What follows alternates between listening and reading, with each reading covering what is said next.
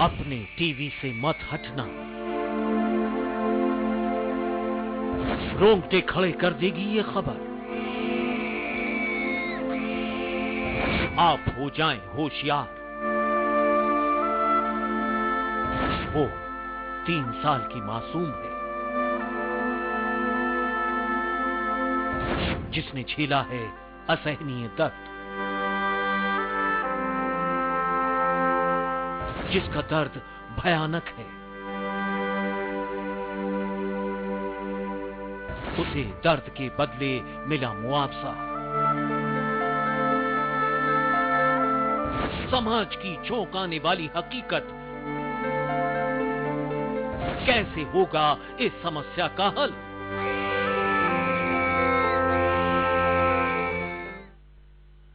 जी हां, हमारा सवाल आज का यही है कि आखिर कैसे होगा इस समस्या का हल। समाज की चौंकाने वाली इस हकीकत से छुटकारा आखिर कब मिलेगा? कब तक यूं सुनाई देती रहेंगी भयानक चीख? ये एक दर्दनाक कहानी है जयपुर की। एक बच्ची जो 8वीं कक्षा की छात्रा है, लेकिन उस दरिंदे ने उसकी असमत लूट ली और मासूम बच्ची ने खुद को जला डाला। अब सरकार ने बच्ची के असहनीय दर्द की कीमत लगाई है 3 लाख रुपए।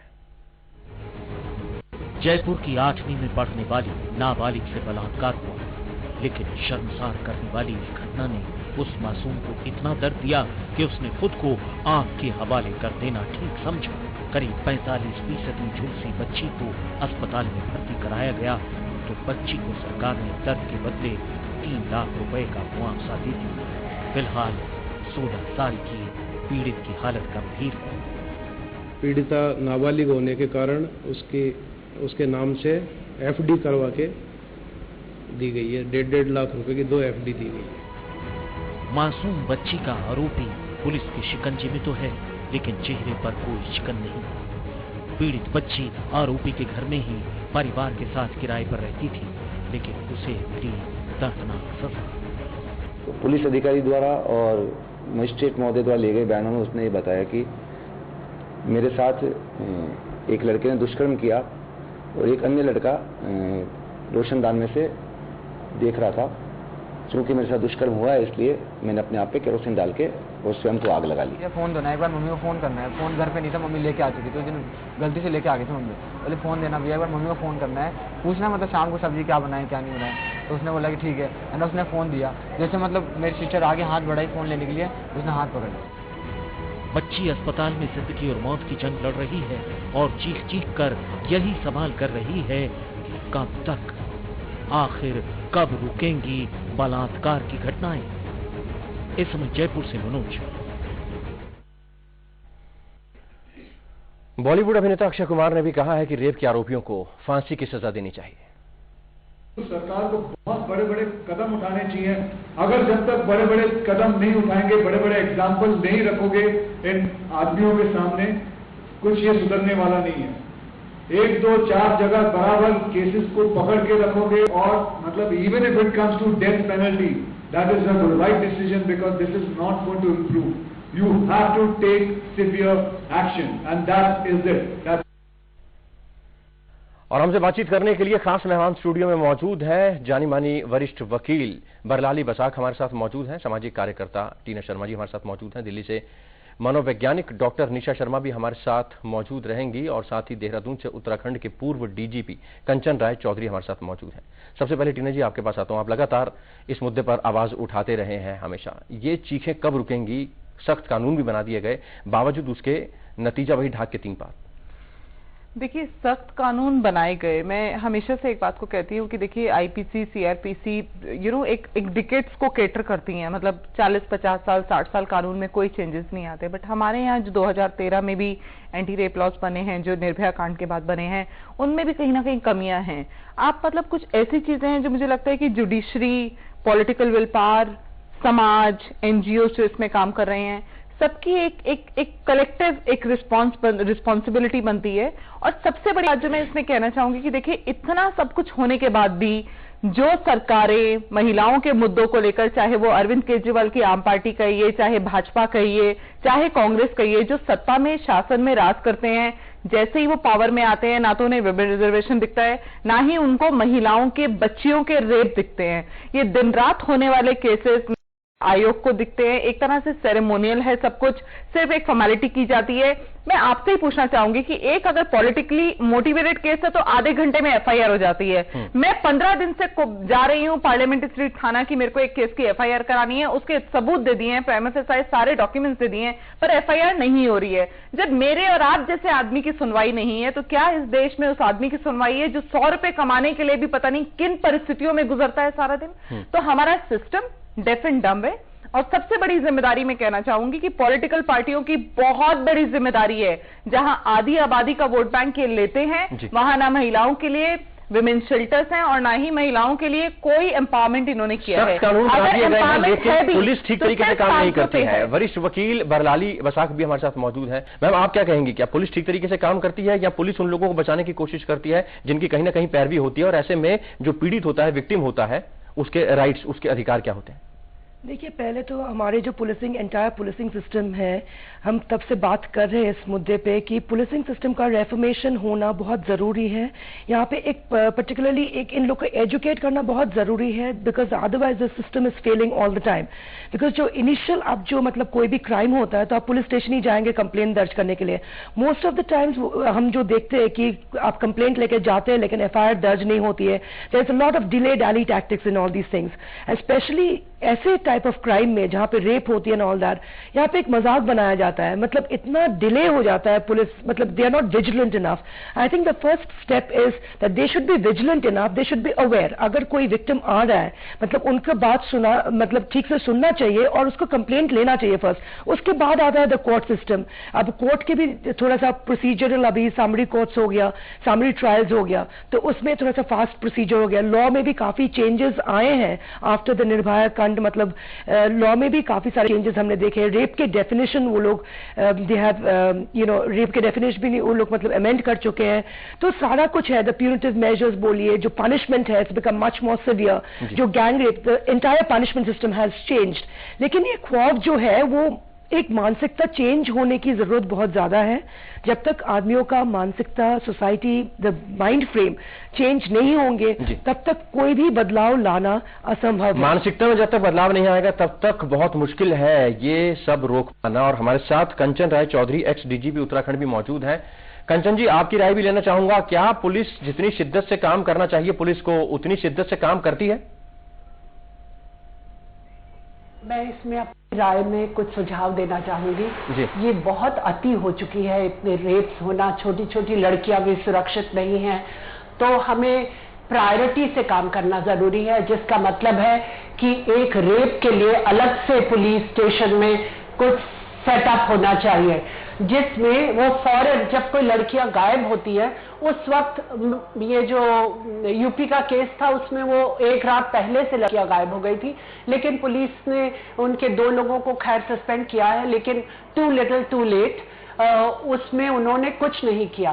तो कंप्लेंट आते ही, किडनैपिंग की या डिसअपीयरेंस की कंप्लेंट आते ही उसमें कार्रवाई होनी चाहिए। इमीडिएटली एक सेल हो जो जाके उनको ढूंढे और फौरन से फौरन उनको ढूंढवाना और एफआईआर रजिस्टर करना, ये सब पुलिस की प्रायोरिटी में आना चाहिए। और उनकी ट्रेनिंग भी इस प्रकार होनी चाहिए कि विमेन को एक प्रायोरिटी इशू माना जाए, उनकी सेफ्टी एक प्रायोरिटी इशू होनी चाहिए और उसके मुताबिक पुलिस को कार्य करना चाहिए। समाज को भी ये मैसेज चला जाना चाहिए कि हम लोग सीरियस हैं, हमारी लड़कियां अगर सुरक्षित नहीं है तो देश विकसित नहीं है, देश की बदनामी है अगर हमारी लड़कियां सुरक्षित नहीं है। तो उसको सुरक्षित पुलिस करना, अधिकारी होने के नाते आप बता रही हैं कि पुलिस को कैसे काम करना चाहिए, लेकिन जमीनी हकीकत इसके बिल्कुल उलट है, क्योंकि अगर बड़े अधिकारियों तक पहुंच नहीं है तो पुलिस वाले शायद कंप्लेंट भी ना लिखें, एफआईआर तो बहुत दूर की बात है। आऊंगा इस पर टीना जी आपसे भी चर्चा करूंगा। ममता शर्मा हमारे साथ जानी मानी मनोचिकित्सक मौजूद है। ममता जी, एक बच्ची जो है उसका रेप होता है, उसके साथ रेप की कोशिश होती है, वो केरोसिन डालकर छिड़क कर अपने ऊपर आग लगा लेती है, जिंदगी और मौत के बीच वो झूल रही है, ऊपर से सरकार 3 लाख रुपए दे देती है। क्या संदेश जाएगा समाज में? पहले तो मैं बताना चाहूंगी कि मैं मनोचिकित्सक नहीं, मैं सामाजिक कार्यकर्ता हूं और जिस घटना की आप जिक्र कर रहे हैं बहुत ही शर्मनाक है हम जैसे लोगों के लिए बर्दाश्त करना। जहां तक वो बच्ची अगर सुसाइड करती है तो कहीं ना कहीं वो हमारे सिस्टम से असंतुष्ट है, उसे मालूम है कि सिस्टम उसे न्याय नहीं दिला पाएगा, किसी प्रकार से उसकी आगे की जो कानूनी कार्रवाई है उसमें वो सपोर्ट नहीं कर पाएगा। और इस सब हालात के चलते ही वो बच्ची आज यही निर्णय लेने के लिए बाध्य है कि उससे बेटर है कि मैं तिल तिल करके मरूं, घसीटती हुई जिंदगी जीऊं और न्याय के लिए तड़पती रहूं, क्यों ना मैं सुसाइड कर लूं। तो ये एक बहुत ही शर्मनाक चेहरा उभर करके आ रहा है कि हमारी बच्चियां हम पर फेथ नहीं कर रही हैं, उस कानून पर फेथ नहीं कर रही हैं जो बार बार चीख के बोलता है कि हम न्याय दिलाने के लिए और कानून बना रहे हैं, अमेंडमेंट कर रहे हैं, लेकिन अमेंडमेंट और ये कानून सब धरा रह जाता है। क्योंकि जब हमारी पीड़ित महिलाएं, बच्चियां पुलिस के पास जाती हैं तो पुलिस का एक सवाल होता है कि आप हमें एविडेंस दें कि आपके साथ किसी प्रकार से फिजिकल अब्यूजमेंट हुआ है, कौन किया है उसका भी आप ही हमें गवाही ला करके दीजिए। तो जब सब वही महिला करना है तो वो सुसाइड करने नहीं जाएगी तो और क्या करेगी। तो जिस तरह से आज वीआईपी ड्यूटीज, आपके बड़े बड़े अफसरों के घरों में ड्यूटीज और ये सब दरकिनार हो गया, लॉ एंड ऑर्डर आज पूरी तरह से बच्चों लॉ एंड ऑर्डर चरमरा चुका है। शासन हो, आप लगातार ऐसे विक्टिम्स के साथ पुलिस स्टेशन भी जाती रही होंगी, लेकिन जैसा कि पुलिस के बड़े अधिकारी बताते हैं, वुमेन सेल खोल दिया, तमाम नंबर हेल्पलाइंस खोल दी कि आप एक कंप्लेंट करें, पुलिस आपके दरवाजे पर होगी, आपका अधिकार है एफआईआर दर्ज कराना, अगर एफआईआर दर्ज न करें तो ऊपर के अधिकारियों से शिकायत करें। ये जमीनी हकीकत में होता है क्या ऐसा? देखिए, मैं तो सबसे पहले कहती हूँ कि थानों में सब जगह कैमरास लग जाने चाहिए, मॉनिटरिंग होनी चाहिए, गवर्नमेंट के अलावा एक पैरेलल एस्टैब्लिशमेंट होना चाहिए, एक ऑटोनॉमस बॉडी होनी चाहिए जो कि पुलिस जो काम कर रही है उस पे नजर रखे। जितनी डायरी होती हैं, जितनी कंप्लेंट्स आती हैं, क्या वो एफआईआर में कन्वर्ट होती हैं, पहली बात। दूसरी बात, मैं बड़ी कैटेगोरिकली आप कहना चाहूंगी और बड़े बोल्ड तरीके से इसको कहना चाहूंगी क्योंकि ये प्रश्न मीडिया में उठेगा तभी ये आगे बढ़ेगा। हमने कई केसेस में महिलाएं देखी हैं जो अगर एक ही आईओ इंक्वायरी करेगा, एक ही आईओ उसका मेडिकल कराएगा, वो ही आईओ पूरे टच में रहेगा, तो आईओ कई बार मैनिपुलेट करते हैं, उन्हें दूसरी तरफ से पैसा मिल जाता है। और इससे ज्यादा अगर मैं घिनौने शब्द आपको कहूं तो वो ही आईओ शारीरिक संबंध बनाते हैं उन महिलाओं के साथ इस बात पे कि उनको न्याय दिलाएंगे। तो ये चीजें जब हम देखते हैं, क्योंकि महिला ऑलरेडी केस फाइल कर चुकी है, सास ससुर से अपने पंगा ले चुकी है, पति से पंगा ले चुकी है, परिवार कहीं है नहीं, अब पुलिस पे ही भरोसा है। तो अगर एक आईओ ही उसको मैनिपुलेट करता रहेगा, कुछ केसेस मेरे सामने आए, हमने उन महिलाओं को बोला कि आप चलिए हम इसे कमिश्नर के पास कंप्लेंट करेंगे, आप आईओ के खिलाफ कंप्लेंट देंगे, हम एसएचओ को सब कुछ मालूम है, उसके बावजूद भी आईओ उसको शारीरिक उसका शोषण कर रहा है और वो केस इतना खराब कर दिया उन्होंने कि उस महिला को ही फाइनली जो है कहीं ना कहीं डेफर्मेशन झेलना पड़ा। और एक बड़ी बात मैं कहना चाहती हूं यहां पर कि देखिए, राज्य सरकारों के पास कम से कम 20% का एक बजट होता है जिसमें कानून की अवेयरनेस होती है। कानून बनाने से कुछ नहीं होता। एंटी रेप लॉज है, कितने लोगों को पता है एंटी रेप लॉज? आज मेरे को कोई बहुत अवेयर महिला मिलती है जिसने पता नहीं क्या क्या डिग्रीज ले रखी है, फिर भी वो पूछती है कि एंटी रेप लॉ में नया क्या ऐसा आया है। निर्भया कांड से कुछ चीजें लोगों को अवेयरनेस हुई है, पर कानून की जानकारी जब तक महिलाओं को नहीं पहुंचेगी, उनके अधिकार नहीं मालूम चलेंगे, तब तक कुछ नहीं होगा इस देश में। महिलाओं को जागरूक करने की बहुत जरूरत है। टीना जी, आपके पास फिर आऊंगा, लेकिन अभी एक छोटा सा ब्रेक लेना होगा। ब्रेक के बाद हमारे साथ जानी मानी मनोचिकित्सक हमारे साथ मौजूद रहेंगे, निशा खन्ना। उनसे जानेंगे कि जिस परिवार के साथ या जिस बच्ची के साथ ऐसा होता है वो कितने मेंटल ट्रॉमा से गुजरती है और समाज में कितनी कुरीतियां हैं जहां उसको उस फ्रंट पे भी लड़ाई लड़नी पड़ती है। छोटा सा ब्रेक, फौरन हाजिर होंगे, चर्चा जारी है।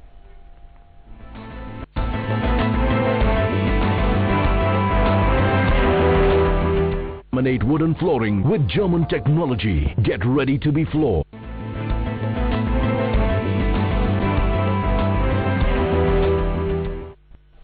ब्रेक के बाद एक बार फिर आपका स्वागत है। जम्मू कश्मीर के अनंतनाग से एक दिल दहला देने वाली घटना सामने आई है। 7 जालिमों ने एक महिला के कान काट डाले।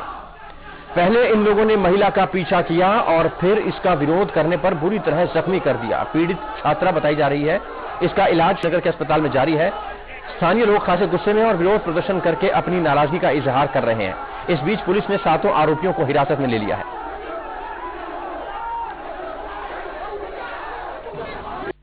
स्कूल जो था यहाँ वेरीनाग का, वो एक्सकर्शन पे गए हुए थे पहलगाम, और वापसी पे कुछ लड़के जो उनको फॉलो कर रहे थे तो उन्होंने कुछ इंडिसेंट एक्ट्स परफॉर्म किया है और उस वजह से ये जो लड़की है उसका जो कान है वो पार्शली डैमेज हो गया है। इसमें हम इन्वेस्टिगेशन कर रहे हैं और फिलहाल हमने जो अब तक इन्वेस्टिगेशन की है, पूरे जो मुलजिम है वो गिरफ्तार है और जो वैन है, कंसर्न वैन है, वो भी हमने सीज की।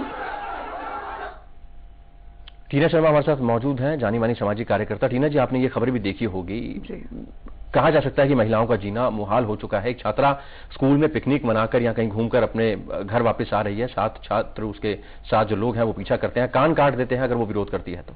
ये हालात, डर, कानून का डर बिल्कुल खत्म हो चुका है। देखिए, आप तो एक ऐसी जगह की बात कर रहे हैं जहां पर शायद मतलब अवेयरनेस कम हो।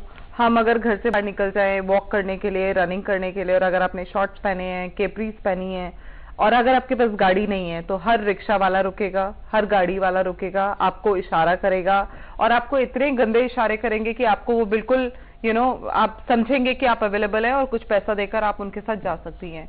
तो ये तो हमारे देश का हाल है। और महिलाओं का देखिए, कहीं ना कहीं रूट कॉज पे हमें जाना पड़ेगा। महिलाओं का सम्मान हम सिर्फ कागजों पे करते हैं, महिलाओं का सम्मान हम सिर्फ कागजों पे कर रहे हैं और बैठी हुई सरकारें बिल्कुल सो रही हैं इन चीजों पे। एक किस्सा मैं आपको बताना चाहूंगी, बहुत छोटा सा। हरियाणा का एक केस अभी हमने हैंडल किया था। 13 साल की बच्ची थी, 3 भाई थे, महिला थी, पति शराब पी के आता था रात को। ये नहीं पता था कि पति 46 साल की महिला के साथ, अपनी पत्नी के साथ सो रहा है, 13 साल की बच्ची के साथ सो रहा है। जब हमने उस महिला को कन्विंस किया कि चलिए थाने चलिए, तो वो महिला कहती है 3 बच्चे कैसे पलेंगे। तो अब इससे जरूरत महसूस होती है कि विमेन्स शेल्टर्स हमारे देश में होने चाहिए। जो सरकारें हैं, मैं तो कहती हूँ ये मोदी सरकार आई है, इनको कुछ नहीं करें, विमेन्स शेल्टर्स शुरू करें। जो महिलाएं एब्यूजिव मैरिज में है, जो ऐसे रिलेशनशिप्स में है, वहां से निकलें, अपने 4 बच्चों को भी लेकर आए, उनको मेडिकल एड दी जाए, पहला नंबर। दूसरा नंबर, उनको कुछ ट्रेनिंग दी जाए जिससे वो कुछ कमाने लायक हो जाए, क्योंकि 3-4 डिकेड पहले की महिलाएं जो है पढ़ी लिखी नहीं है, उनको कहीं नौकरी नहीं मिल सकती है, वो इसी डर से कहीं नहीं जाती है। वो कहती है आदमी कम से कम रोटी तो दे रहा है। चलिए, समाज बच्चों की पढ़ाई कराए, और जब 2 साल बाद वो महिलाएं अपने पैरों पर खड़ी हो जाएं तो मेरे को लगता है कि वो कुछ समाज में कर पाएंगी। ये तो ओरिएंटेशन हमारे देश की सरकारों में है ही नहीं। जी, डॉक्टर निशा खन्ना हमारे साथ मौजूद हैं, मनोचिकित्सक हैं। डॉक्टर साहब, यहां पर अगर किसी बच्ची के साथ ऐसा होता है, कोई दुष्कर्म होता है उसके साथ, तो परिवार उसको कैसे संभाले, क्या मेंटल ट्रॉमा होता है और आप लोग क्या सलाह देते हैं ऐसे फैमिली को?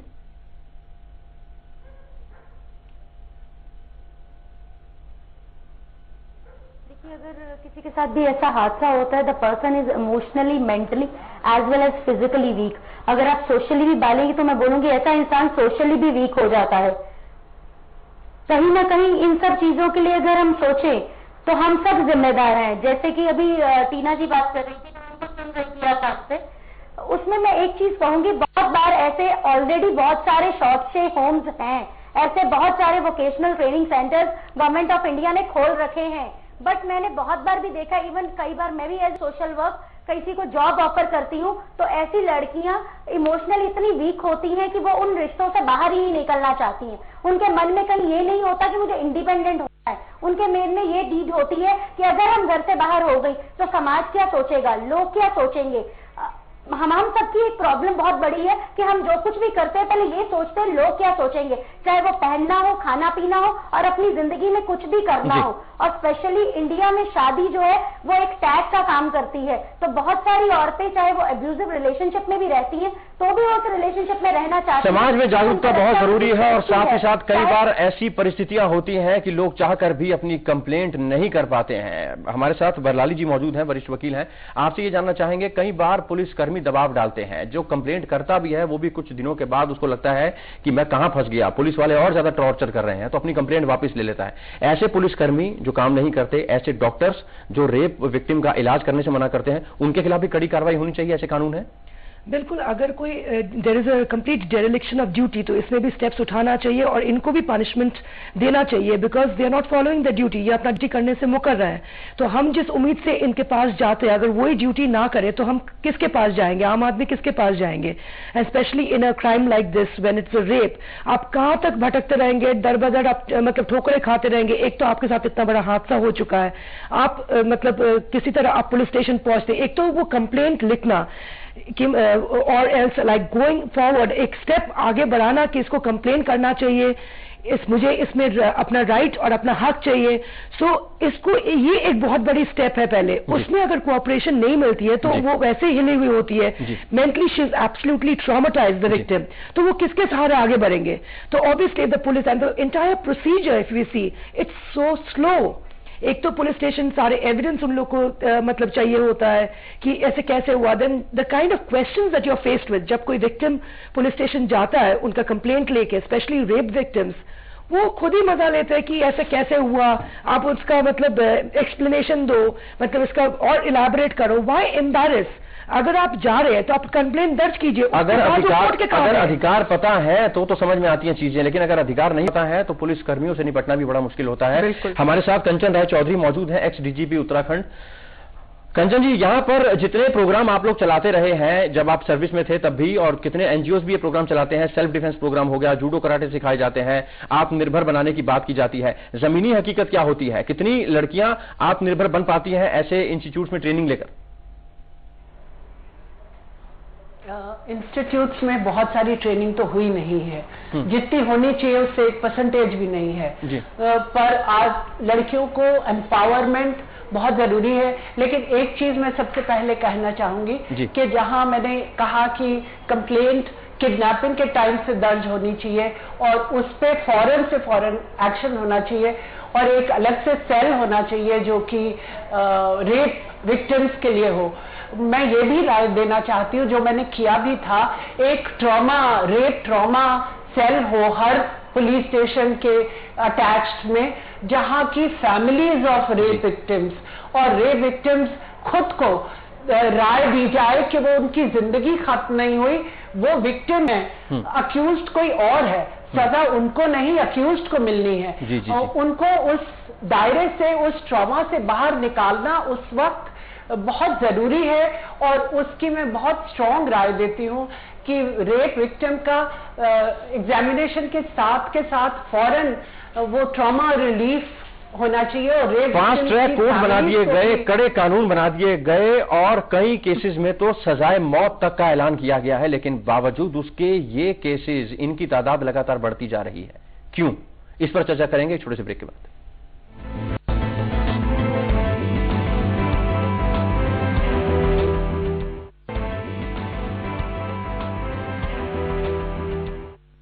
वक्त की कमी है, चर्चा को आगे बढ़ाते हैं। टीना शर्मा हमारे साथ मौजूद हैं, जानी मानी सामाजिक कार्यकर्ता। टीना जी, बहुत संक्षेप में आपसे जानना चाहूंगा, इतने सख्त कानून बन गए हैं लेकिन बावजूद उसके कई केसेस में फांसी की सजा, उम्र कैद की सजा भी हो रही है, लेकिन उसके बावजूद ये केसेस रुकने का नाम नहीं ले रहे, बल्कि इनकी तादाद लगातार बढ़ती जा रही है। इसकी वजह पहले 2 केसेस रिपोर्ट होते थे, 6 केसेस रिपोर्ट होने लगे। अवेयरनेस बढ़ी है, नो डाउट। लोगों के लोग बाहर आए हैं अपनी बच्चियों को लेकर, समाज की शर्म उन्होंने छोड़ी है और जाके रिपोर्ट कर रहे हैं। बट एक बात मैं इंपॉर्टेंटली यहाँ पर कहना चाहूंगी, जब निर्भया गैंगरेप आया था और फास्ट ट्रैक कोर्ट में चला था, करीब 9.5 महीने में वो केस सुलझा था, करीब 3,500 केस उसी बेंच पर डिले हो गए थे। तो आप ये सोचिए कि एक केस जिसकी एफआईआर मीडिया करता है, जिसको मीडिया उठाता है, वो केस तो इस देश में जरूर न्याय पाया जाता है। पर आप जैसे, मेरे जैसे लोग अगर किसी केस को लेकर जाते हैं और वाकई जागती हुई है, तो वो सालों साल लटका रह जाता है। और बहुत सही होगा कहना कि एक्यूज्ड विक्टिम बन जाता है। जो विक्टिम होती है वो अपने आप को एक्यूज्ड मानने लगती है और कहीं उम्मीद की किरण नहीं नजर आती है। चलिए, चर्चा को यहीं विराम देंगे और इस खास पेशकश में इतना ही। हमारे साथ तमाम मेहमान जुड़े रहे, उनका बहुत बहुत शुक्रिया। टीना जी, बहुत शुक्रिया आपका। बरलाली बसाक मैम, आपका भी बहुत बहुत शुक्रिया। डॉक्टर निशा खन्ना हमारे साथ जुड़ी रही, आपका बहुत शुक्रिया। कंचन राय चौधरी, एक्स डीजीपी उत्तराखंड, बहुत शुक्रिया। ममता शर्मा, आपका भी बहुत शुक्रिया। फिलहाल हमारी इस खास पेशकश में इतना ही। दीजिए इजाजत, ब्रेक के बाद खबरों का सिलसिला जारी रहेगा।